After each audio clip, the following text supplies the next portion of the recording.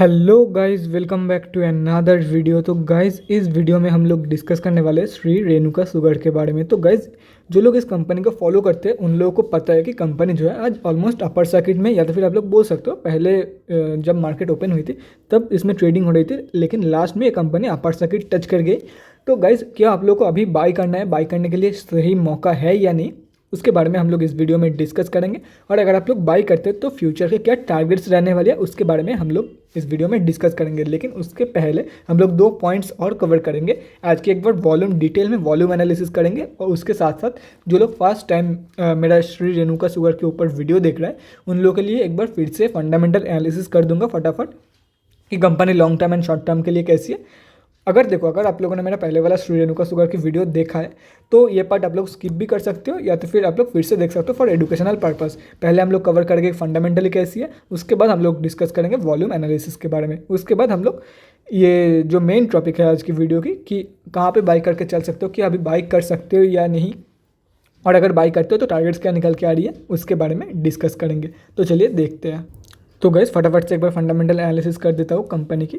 Shri Renuka sugar company का name है। Company जो है वो sugar trading, refining, manufacturing and ethanol and cogeneration से रिलेटेड कामकाज करती है। अगर कंपनी की मार्केट कैप के बारे में देखो, अगर कंपनी के बारे में और भी डिटेल में जानना है कि क्लाइंट्स कौन कौन है, कहाँ कहाँ पे फैक्ट्री है, तो आप लोग कंपनी के वेबसाइट में जाके देख सकते हो। मार्केट कैप के बारे में बात करें, 6,759 करोड़ के आसपास का मार्केट कैप है कंपनी की। स्टॉक का PE and return on equity यहाँ पे मेंशन नहीं है। आरओसी जो है वो 15.7% के आसपास निकल के आ रही है। बुक वैल्यू नेगेटिव में है कंपनी की, और एक साल में बहुत ही सही रिटर्न दे के जा रही है कंपनी। डिविडेंड यील्ड 0% की है, फेस वैल्यू ₹1 की। प्रोज एंड कॉन्स के बारे में डिस्कस करें, प्रोज में कुछ भी नहीं है। कॉन्स में company has low interest coverage ratio, 5 साल की जो सेल्स ग्रोथ है वो -10.5% है अप्रॉक्सीमेट। उसके साथ साथ अगर क्वार्टरली रिजल्ट के बारे में डिस्कस करें, कंपनी अगर देखा जाए तो कंपनी ओवरऑल आप लोग प्रॉफिटेबल बोल सकते हो, लेकिन कंपनी जो है वो ऑपरेटिंग प्रॉफिट में प्रॉफिट दे रही है, ना कि नेट प्रॉफिट में। हम लोग को मतलब है, देखो ऑपरेटिंग प्रॉफिट भी देखना चाहिए, लेकिन मेजर जो इंपॉर्टेंस देना है वो आप लोगों को नेट प्रॉफिट में देना है कि कंपनी ओवरऑल लॉस शो कर रही है, चाहे वो डेप्रिशिएशन वैल्यू की वजह से हो, अदर इनकम की वजह से हो, या हाई इंटरेस्ट की वजह से हो। ठीक है, हम लोग को मतलब है कि कंपनी नेट प्रॉफिट में क्या दे रही है। तो नेट प्रॉफिट में company totally loss making company बन चुकी है। यहाँ पे आप लोग देख सकते हो करंट टीटीएम में जो है कंपनी -523 करोड़ की लॉस दे रही है, और ये लॉस के फिगर्स और भी इंक्रीज हो सकती है। पहले भी कंपनी लॉस मेकिंग थी, बीच में 2020 की फाइनेंशियल ईयर में कंपनी ने प्रॉफिट दिया था, उसके बाद फिर से पास्ट 2 ईयर से कंपनी लॉस दे रही है, और 2021 की फाइनेंशियल ईयर में 115 करोड़ की लॉस दिया था। देखो अभी भी और 2 क्वार्टर्स बाकी है 2022 की फाइनेंशियल ईयर से पहले, दिसंबर 21 एंड मार्च 22। तो हो सकता है 523 से रिकवरी करके कुछ कम लॉस दे, 523 ना दे, उससे कम दे, 500 करोड़ से कम की लॉस दे। लेकिन मुझे नहीं लगता कि ये पॉसिबल है, क्योंकि कंपनी लॉस में, हर एक क्वार्टर में कंपनी लॉस देती है, तो ये इंक्रीज ही होने वाला है। हो सकता है 1000 करोड़ प्लस की लॉस पोस्ट कर दे कंपनी, हो सकता है। बाकी मैं कुछ श्योरली नहीं बोल रहा हूँ। कंपनी की अगर डेब्ट देखा जाए तो कंपनी डेब्ट भी इंक्रीज कर रही है, उसके साथ साथ रिजर्व नेगेटिव की तरफ इंक्रीज कर रही है। मतलब रिजर्व और भी कम होते जा रहा है कंपनी के पास, मतलब पूरा उल्टा। रिजर्व पॉजिटिव की तरफ कम होना चाहिए था, और डेब्ट भी मतलब पॉजिटिव की तरफ ही कम होना चाहिए था। डेब्ट कम होना चाहिए था एंड रिजर्व भी कम होना चाहिए था, लेकिन उल्टा हो रहा है यहाँ पे। रिजर्व इंक्रीज होना चाहिए था, डेब्ट कम एंड रिजर्व इंक्रीज होना चाहिए था, सॉरी गाइस। लेकिन यहाँ पे रिजर्व कम हो रही है, डेब्ट इंक्रीज हो रही है, पूरा उल्टा हो रहा है यहाँ पे कंपनी में। और ये सितंबर क्वार्टरली की अपडेटेड है, यहाँ पे आप लोग देख सकते हो। कैश फ्लोज के बारे में डिस्कस करें, -32 करोड़ की। तो कंपनी ने देखो सितंबर क्वार्टरली में डेब्ट लिया है, तो अगर सितंबर क्वार्टरली की यहाँ पे अपडेटेड न्यूज़ रहती तो हो सकता था कि पॉजिटिव दिखा देती कंपनी कि सितंबर क्वार्टरली में कंपनी के पास पॉजिटिव कैश फ्लो है, क्योंकि कंपनी ने डेब्ट लिया है। हो सकता है, श्योरली नहीं बोल रहा हूँ, लेकिन होने के चांसेस है। सितंबर क्वार्टरली में अगर देखा जाए तो एफआईआईज एंड डीआईआईज दोनों ने अपनी होल्डिंग कम किया है, और 24.86% जो है वो हम अब जैसे छोटे मोटे रिटेलर्स की होल्डिंग है, कोई भी बड़े रिटेलर्स का पैसा नहीं लगा हुआ है। यहाँ पे आप लोग देख सकते हो आईडीबीआई बैंक जो है वो 2 क्वार्टर्स पहले एग्जिट करके निकल गया है कंपनी से, और आईसीआईसीआई बैंक भी है अपने होल्डिंग कम किया है। एफआईआईज में देख सकते हो किसकी होल्डिंग है 1.38% ये यूएई ब्रांच की होल्डिंग है, लेकिन बाकी किसकी होल्डिंग है यहाँ पे मेंशन नहीं है। और ये भी आप लोग देख सकते हो प्रोमोटर्स में किसकी होल्डिंग है। प्रोमोटर्स में एक ही जन की होल्डिंग है, प्रॉपर्ली यहाँ पे देख सकते हो।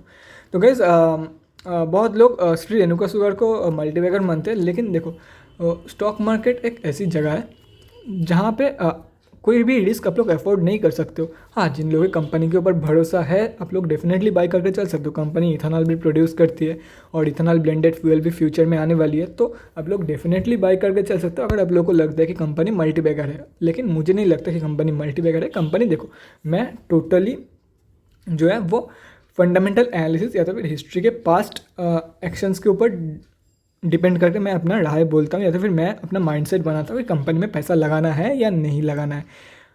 तो कंपनी लॉस मेकिंग है तो मेरी तरफ से नो है। बाकी देखो, मैं फिर भी बोल रहा हूँ, अगर आप लोग को लग रहा है कि कंपनी मल्टीबैगर है, आप लोग बिलीव करते हो कंपनी के ऊपर, ट्रस्ट है कंपनी के ऊपर, भरोसा है, then you can definitely go for it. अगर आप लोग को लग रहा है तो गाइस देखो, मुझे भी लगता है कि श्री रेणुका शुगर हो सकता है, लेकिन उसके चांसेस काफ़ी कम है। मल्टीबैगर बन सकती है कंपनी, उसके चांसेस काफ़ी कम मुझे दिख रहा है अकॉर्डिंग टू फंडामेंटल कंपनी की जिस हिसाब से है उस हिसाब से मुझे काफ़ी मुश्किल लग रहा है।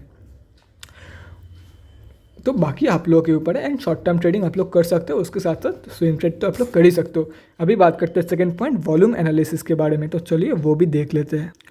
तो गाइज हम लोग NSE के वेबसाइट पे आ चुके हैं। निफ्टी FMCG में कंपनी लिस्टेड है, एंड कंपनी के बारे में आज अगर डिस्कस करें 1,89,23,670 क्वांटिटी ट्रेड हुआ है, जिसका वैल्यू लगभग 5,788.75 लाख रुपीज़ के आसपास निकल के आ रही है।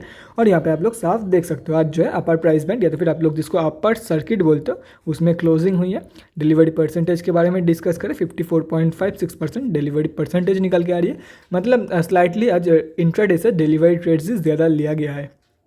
ठीक है, अभी डिस्कस करते हैं क्या टारगेट्स निकल के आ रही है कंपनी में, एंड क्या कुछ मतलब कहाँ पे बाई करके चल सकते हो अगर आप लोग फ्रेश एंट्री करने के बारे में सोच रहे हैं, उसके बारे में डिस्कस करते हैं। तो चलिए देखते हैं। तो गाइस यहाँ पे NSE की डेली चार्ट खुली हुई है। 9.88% कंपनी आज थी, एक 32 रुपीज़ के आसपास कंपनी अभी ट्रेड कर रही है। तो अभी अगर टारगेट्स के बारे में डिस्कस करें तो देखो गाइज, पिछले 3 दिनों से काफ़ी सही वॉल्यूम आ रही है कंपनी में। अगर जूम करूँ अभी देख सकते हो पिछले 3 दिनों से काफ़ी सही वॉल्यूम आ रही थी कंपनी में। ठीक है, अभी ये जो रेजिस्टेंस है ये तो सक्सेसफुली क्रॉस कर दिया है कंपनी ने, इसकी कंफर्मेशन तो वॉल्यूम से ही मिल रही है आप लोगों को। लेकिन जो लोग अभी बाई करने के बारे में सोच रहे हैं उन लोगों को मैं यही बोलूँगा गाइस, मंडे को आप लोग पोजीशन बनाओ अपनी, क्योंकि कल फ्राइडे है। ठीक है, देखो अगर कल आप लोग कन्फर्मेशन मतलब everything depends on this confirmation. ये जो आप लोग को रेजिस्टेंस दिख रहा है 32 पॉइंट, ये क्या हो गया, हाँ सॉरी गाइस, 32.25 की जो रेजिस्टेंस आप लोगों को दिख रहा है, अगर कल कंपनी जो है इसके ऊपर क्लोजिंग कर देती है विथ हेवी वॉल्यूम, अगर वॉल्यूम के साथ एक ग्रीन कैंडल के साथ अगर आप लोगों को कंफर्मेशन मिल जाती है कि कंपनी ने जो है वो इसके ऊपर क्लोजिंग कर दिया है, तो आप लोग डेफिनेटली बाय करके चल सकते हो कल ही के दिन। और अगर कल कंसोलिडेट करती है, एक डोजी कैंडल फॉर्म करती है जैसे कि यहाँ पे किया था, वॉल्यूम कंफर्मेशन अगर मिल भी जाती है विथ एक डोजी कैंडल, तो मैं आप लोग को यही रिकमेंड करूँगा मंडे को ट्रेड लो। मंडे और भी ज़्यादा सही रहेगी आप लोगों के लिए। ठीक है, बाकी आप लोगों के ऊपर है।